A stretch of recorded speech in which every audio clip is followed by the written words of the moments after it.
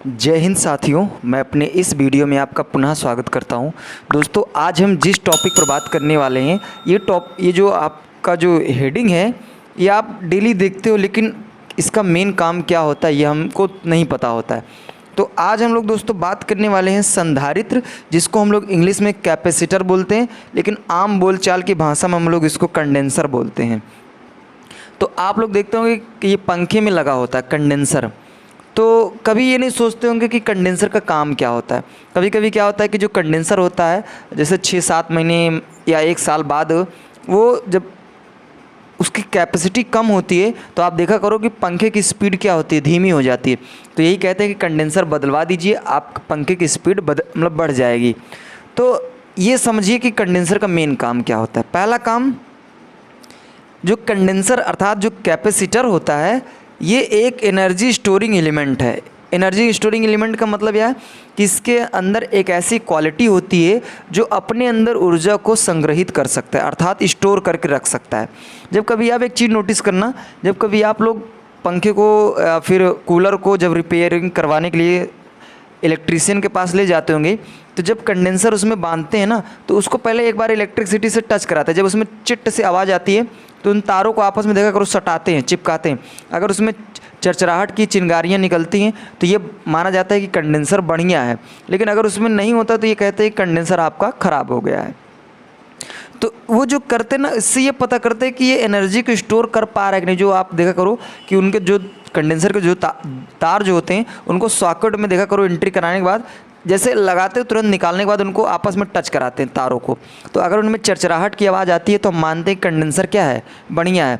लेकिन अगर चरचराहट की आवाज़ नहीं आई तो ये माना जाता है कंडेंसर गड़बड़ है। तो वही बोलते हैं आपका कंडेंसर क्या है, ख़राब है। तो इसलिए हम चेक करते हैं कि उसमें एनर्जी स्टोरिंग करने की ताकत है कि ख़त्म हो गई है। अगर उसमें चरचराहट की आवाज़ अच्छी है तो माना जाएगा कि एनर्जी स्टोरिंग एलिमेंट उनके अंदर बहुत बढ़िया है। तो संधारित्र पहला काम एनर्जी स्टोरिंग एलिमेंट होता है। ये अपने अंदर ऊर्जा को संग्रहित करने की ताकत रखता है। अब देखिए, जब ये एनर्जी को स्टोर कर सकता है तो फिर ये एनर्जी को देने का भी काम करेगा। तो ये बात हुई। अब देखिए, जैसे बात आती है पंखे में, तो इसका यूज पंखे में क्यों होता है। देखिए, जो पंखे जो हमारे जो पंखा होता है उसका जो पूरा नाम होता है, उसका नाम ये capacitor start and run motor. अर्थात जो मोटर होती है वो सेल्फ स्टार्टेड नहीं होती है, वो कैपेसिटर के थ्रू वो स्टार्ट होती है। तो हमारा जो कैपेसिटर अर्थात जो कंडेंसर होता है, इसका मेन काम होता है कि मोटर को सेल्फ स्टार्टेड बनाना, अर्थात स्वयं चालित। क्योंकि देखिए, अगर कभी कभी क्या होता है, जब कंडेंसर हमारा थोड़ा वीक हो जाता है, कमज़ोर पड़ता है, तो पंखे नहीं चलते। तो हम लोग क्या करते हैं, पंखे को डंडे से मारते हैं या फिर हाथ से उसके जो पत्तियाँ होती है, जब उसको हम लोग मूव कराते हैं तो देखा करो हमारा पंखा रोटेट कर जाता है। तो इसका मतलब है कि जो कंडेंसर है वो हमारा पूरी तरह से काम नहीं कर पाता है। जब नहीं काम कर पाता है तो हम लोग डंडे से या फिर हाथों से हिलाते हैं तो वो पंखा रोटेट करना स्टार्ट करता है। लेकिन हम चाहते हैं कि भाई अगर हमारे यहाँ पंखा है तो हम डेली उसको थोड़ी नहीं डंडे से मार के मूव कराएंगे। तो इसी को इम्प्रूव करने के लिए हम लोग क्या करते हैं, पंखे में कंडेंसर बांध देते हैं। कंडेंसर का काम यह होता है कि जब इलेक्ट्रिक सप्लाई आपके घरों में आएगी तो तुरंत वो स्टार्ट कर दे।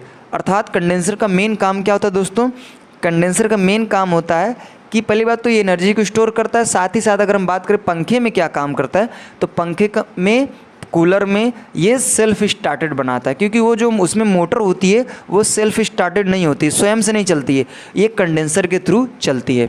तो उम्मीद करता हूँ दोस्तों कंडेंसर का काम क्या है, पंखे में क्यों लगाया जाता है, ये आपको समझ में आ गया होगा। अब बात करते हैं आगे इसके कंस्ट्रक्शन की। इमेज में आप देख ही चुके हो कंडेंसर इस तरह होता है।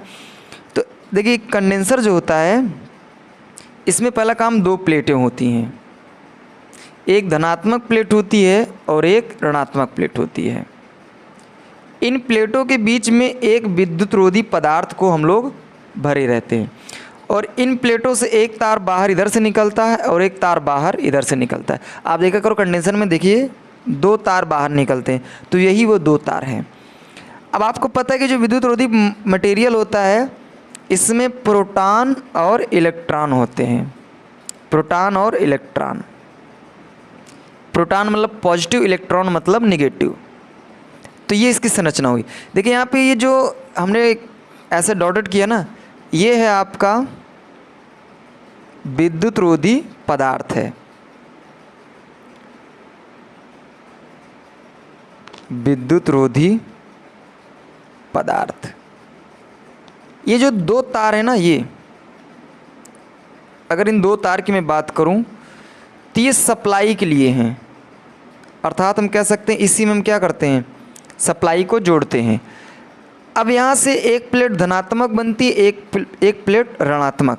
तो यहाँ पे ये प्लेट है, इस प्लेट को हम लोग बोलते हैं धनात्मक प्लेट, और इस प्लेट को हम लोग बोलते हैं ऋणात्मक प्लेट।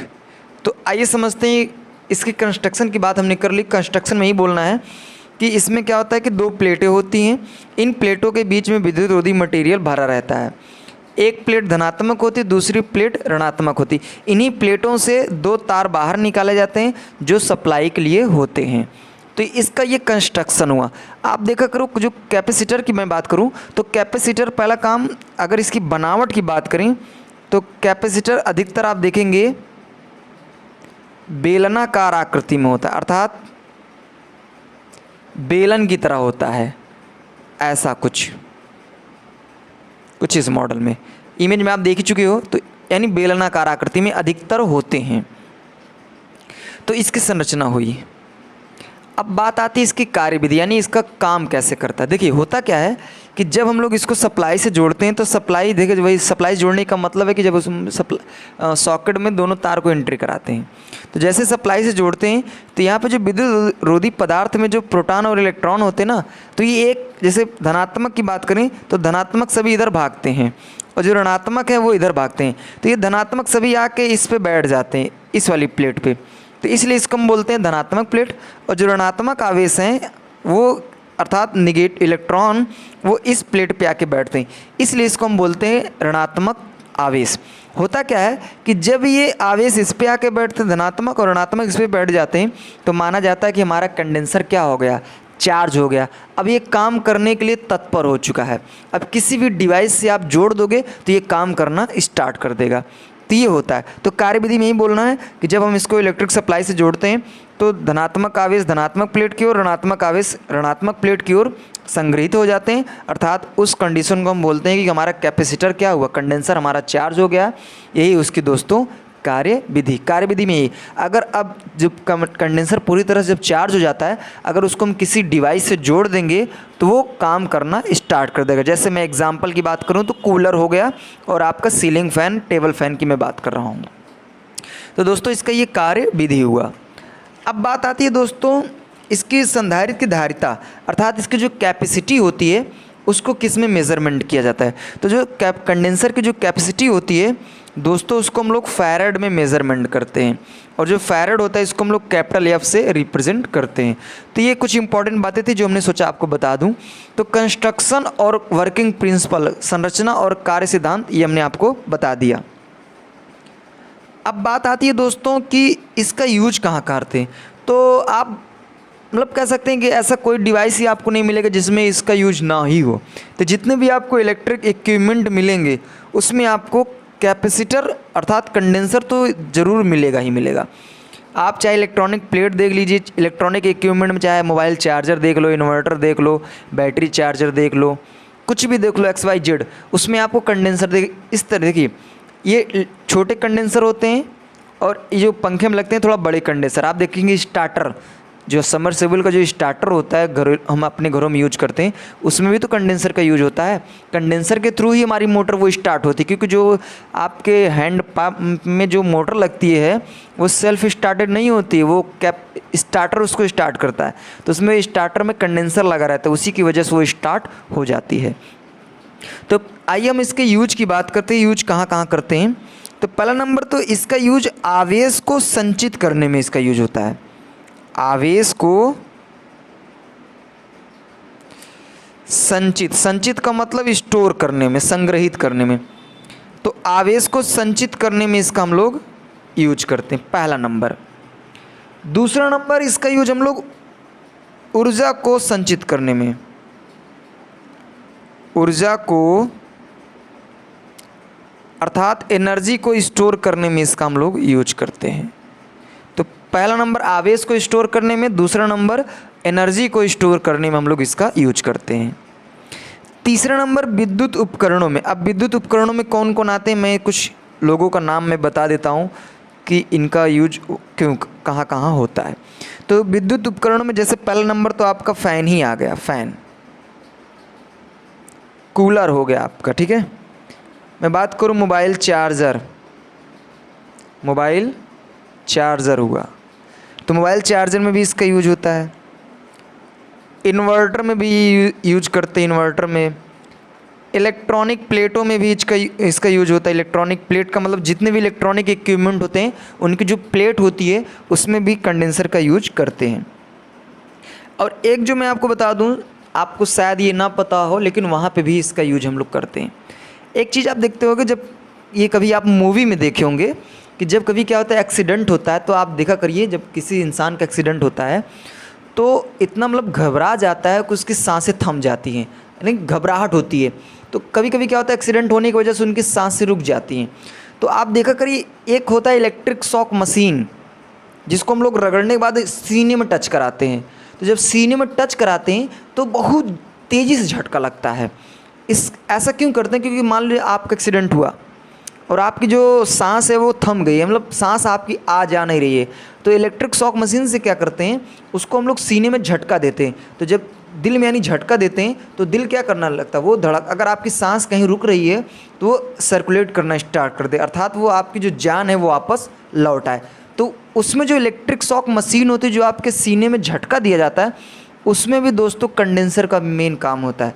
क्योंकि देखो कंडेंसर क्या होता है, उसमें एनर्जी होती है, एनर्जी स्टोर रहती है, और जैसे आपके सीने से टच कराते हैं तो पूरी की पूरी एनर्जी आपके सीने में ट्रांसफ़र कर देती है, जिसकी वजह से आपकी जो सांसें थम गई थी वो अचानक से वो चलना स्टार्ट कर देती है।